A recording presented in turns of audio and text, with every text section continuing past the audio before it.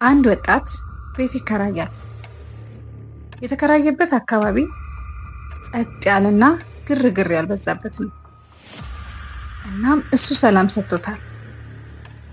ግን አንድ ግር ያለው ነገር አለ። የተከራየበት ቤት ውስጥ የማይከፈት ጥቁር በር አለ።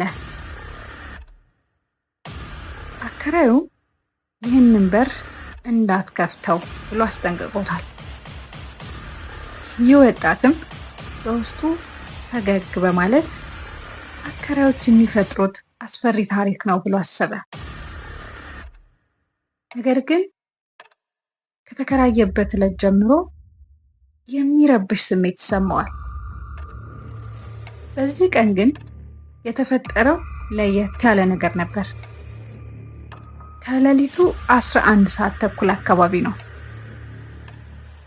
ያ በር በኃይለኛው ይንኳኳል። ወጣቱም ደንገጥ ብሎ ማን ነው ሲል ጠየቀ። ምላሽ ግን አላገኘም።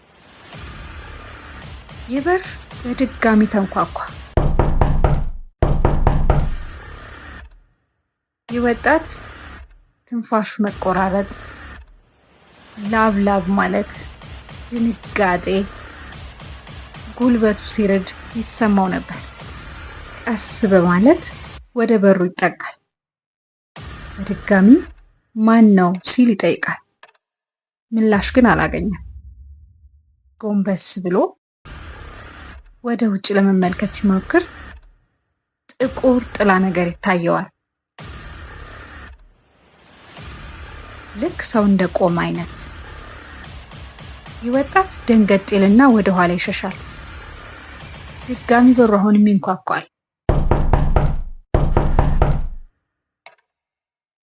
ሳሎኑን ለቆ ወደ መኝታ ክፍሉ ሮጦ ገባ። የሚያስደነግጠው ግን እዚህ ጋር ነበር። ቆልፎ ሲገባ ይሄኛውን በር መንኳኳት ጀመረ። ወጣቱ በጣም ደነገጠ። ማን ነው ብሎ ጮኸ። አታመልጠኝም፣ በሩን ክፈተው የሚል አስደንጋጭ ድምፅ ሰማ። ወደ በሩ ለመጠጋት ፈራ። ወደ መስኮቱ ሲሄድ ግን የበለጠ የሚያስደነግጥ ነገር አየ። በግድግዳው መሃል እጅ የሚመስል ጥላ ሾለከ። ጥላ ይመስላል፣ ግን አካልም አለው። ጮኸ። ከበሩ ለመውጣት ሞከረ። ነገር ግን ይህ ጥላ አሁንም እየተከተለው ነበር። ከቤቱ ወጥቶ ወደ ግቢው ሮጠ። የሚገርመው ግን ከቤት የወጣ መሰለው እንጂ አልወጣም። አሁንም ወደ ሳሎኑ ነው ሄደው። ሳሎኑ ውስጥ እጅግ አስፈሪ ነገር በድጋሚ አየ። ግድግዳው ላይ የሰው ዓይን የሚመስሉ ነገሮች አየ። አካል ግን የለውም። ሮጠና ለማምለጥ ሞከረ። እዚህ ጋር ግን ከባድ ድምፅ ሰማ።